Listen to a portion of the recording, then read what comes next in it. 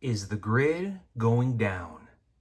Good evening, folks, and welcome back to another episode of Silver Dad Knows. Remember, always live with no edits. If this is your first time here, hit that subscribe button now, as you're going to like what I'm about to say. So yes, folks, just to begin this evening, I actually had one of my subscribers asking me if I had any pieces from the Royal Mint, and I am presenting right here a 2023 silver 1 ounce crown Coronation Britannia, and this is a stunning coin issued to commemorate the coronation of King Charles III. It's real nice because, of course, he's crowned. Most that you see, he will never be crowned. And as I mentioned, these are struck by the Royal Mint. You have the iconic design on one side, symbolizing Britain's strength and resilience. And of course, dating back to 2023, this was the first official portrait of King Charles III on the Averse, created by sculptor Martin Jennings. And if you notice, you get that beautiful violet glare. I've been catching it here and there. It kind of doesn't matter what side it's on, so you notice it right there. Very subtle. A lot of it's the angling. And yes, these are minted in 0.999 fine silver. This 1 ounce coin is highly sought after by both collectors and investors due to its intricate design that highlights elements. You have that secure wave background and latent security features, ensuring authenticity. That's very, very important, especially to collectors like myself. This special edition coin celebrates a historic moment in British history while maintaining the Britannia series reputation for artistry and value. Whether you're adding to your stack,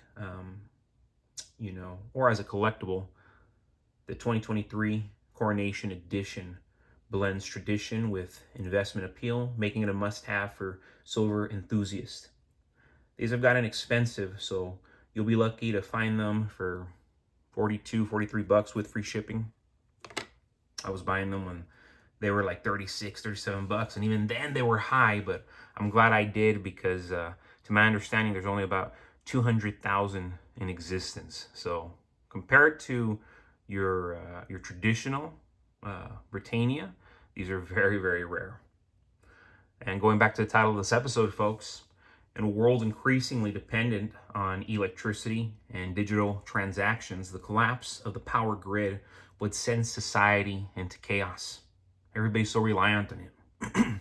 Without power, banks close, ATMs stop working, and credit cards become useless.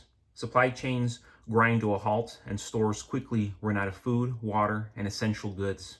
In such a crisis, tangible assets become the only reliable form of wealth, and silver, historically one of the most trusted forms of money, it becomes priceless. People really don't understand what priceless means until it becomes just that, priceless, where you can no longer attain it the way you could have in real time. When the grid falls, people will quickly realize that fiat currency, which relies on trust and digital banking infrastructure, it's worthless. It's all made up. Even cash loses value as panic sets in and hyperinflation takes hold due to supply shortages.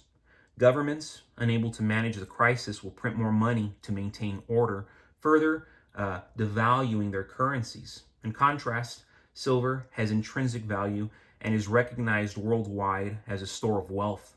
Unlike digital assets, which vanish without electricity, silver remains a tangible, universally accepted form of payment. During a grid, during a grid down scenario, bartering will become the primary means of survival. And silver, it's going to play a crucial role. That's why it's playing such a crucial role already. While food, water, ammunition, and medical supplies will be in high demand, those with silver, they're going to have the advantage every single time because it can be used to trade for life-sustaining goods already When traditional currency no longer holds weight, it's going to be, as I said, priceless. Junk silver coins, specifically pre-1965 dimes, quarters, half dollars, will become especially valuable for small transactions as people revert to silver's historical role as everyday currency. Because remember, these ounces, they might be, it might be too much. You know, you might want something really small, and at that point, you can use a mercury dime, you can use a barber quarter, you can use a barber dime, Franklin half dollar, Walking Liberty. And see, I would actually bet now, from everything I'm seeing with the premiums on the Walking Liberties, on the Franklin half dollars, on the 1964 Kennedy half dollars, I truly believe they're going to start to exceed your average silver ounce. I mean, when I first got into this game, you could get them for like 10 bucks a pop. Now they're already like at 16, $17 a pop. I could see them going to 30 bucks sooner than later. But the point is, I could see them start to exceed the average ounce at some point, because the average ounce, you can make another ounce, another generic ounce, another generic ounce. But these historic coins, pre-1965 American historic coins, that says something, you know. And beyond its role as money, silver has practical applications that make it even more vital in a grid-down world. It is a powerful, it can be used to treat water, folks, and treating infections. Additionally, it has industrial applications in solar panels, as we all know. Solar panels, electronics, medical supplies, essential goods. And it's going to be so essential when society attempts to rebuild. When chaos erupts, those who have stacked silver will be in a position of strength. While gold is valuable, it is often too expensive for small trades. Silver, being more affordable and divisible, will be the go-to metal for daily transactions. As confidence in the system collapses, people will flock to real money, silver, folks, and its value will soar. When the grid goes down, silver doesn't just hold its value, it becomes a lifeline. As always, thank you so much for joining us for another evening of Silver Dad Knows. God bless you, God bless your household, and God bless America.